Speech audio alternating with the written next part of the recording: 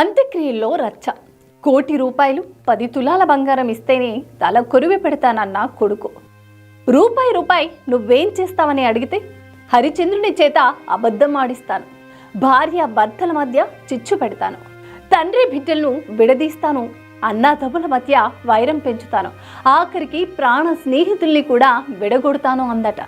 ఇది ఒక ప్రముఖ సినిమాలోని డైలాగ్.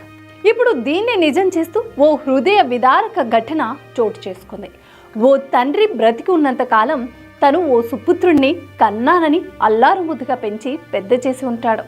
కానీ ఇప్పుడు ఆయన చనిపోయాక ఆయనకి తెలియకపోవచ్చు, కానీ సభ్య సమాజానికి అర్థమైంది.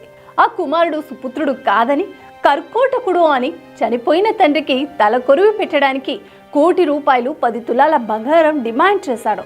దీంతో ఆ వ్యక్తిపై సర్వత్రా విమర్శలు వెల్లువెత్తుతున్నాయి. ఈ ఘటనకు సంబంధించి పూర్తి వివరాల్లోకి వెళ్తే, నారాయణపేట జిల్లా క్యాథన్పల్లికి చెందిన మాణిక్యరావు దంపతులకు ఒక కొడుకు, 2 కుమార్తెలు.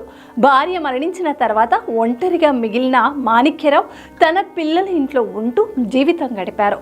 పెద్ద కూతురు ఆర్థిక స్థితి క్షీణంగా ఉండడంతో ఆమెకు ఊర్లో ఉన్న ఇంటిని రాసిచ్చారు. ప్రస్తుతం మహబూబ్నగర్ జిల్లా కేంద్రంలోని పద్మావతి కాలనీలో తన పిల్లల వద్దే ఉంటున్నాడు. ఈ విషయం కొడుకు గిరీష్కు నచ్చలేదు. అయితే వయసు మీద పడడంతో మాణిక్యరావు మంగళవారం రాత్రి చనిపోయారు. హైదరాబాద్లో ఉన్న కొడుకు గిరీష్కి తండ్రి మరణ వార్త తెలిసింది. తండ్రి తనకు 60 లక్షల విలువైన 15 ఎకరాల పొలం ఇచ్చినా కూడా తన సోదరికి ఇల్లు రాసించేందుకు గుండెల్లో పగ పెంచుకున్నాడు. అందుకే అంత్యక్రియలకు రావడం కుదరదని తెగేసి చెప్పాడు సుపుత్రుడు. ఇంటిని ముగ్గురం సమానంగా పంచుకుందామంటూ బ్రదర్కు ఆఫర్ ఇచ్చారు ఆ అక్క చెల్లెళ్ళు. ఇల్లు మొత్తం తనకి ఇస్తేనే వస్తానని, ఇప్పటికిప్పుడు పత్రాలు రాస్తేనే తల కొరివి పెడతానని ఆ గిరీష్ బ్లాక్మెయిల్ చేశాడు. బంధుమిత్రులు ఎంత చెప్పినా కూడా ఆ కఠినాత్ముడి మనసు కరగలేదు. చివరికి ఆ కుటుంబ గొడవ వీధిన పడడంతో పెద్ద మనుషులు జోక్యం చేసుకున్నారు. కొడుక్కి నచ్చజెప్పినా వినకపోవడంతో అంత్యక్రియలు చేయకపోతే తామే ఆ కార్యం నిర్వహిస్తామని హెచ్చరించారు. అయినా వినిపించుకోలేదు ఆ కన్న కొడుకు.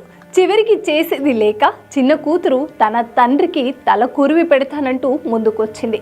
సాంప్రదాయానికి భిన్నంగా అంత్యక్రియలు పూర్తి చేసింది. దీంతో ఈ విషయం తెలిసిన వారంతా ఆ కొడుకుపై తీవ్ర స్థాయిలో మండిపడుతున్నారు. అలాంటి కొడుకు ఉన్నా ఒకటే, చచ్చినా ఒకటే అంటూ ఘాటుగా వ్యాఖ్యానిస్తున్నారు.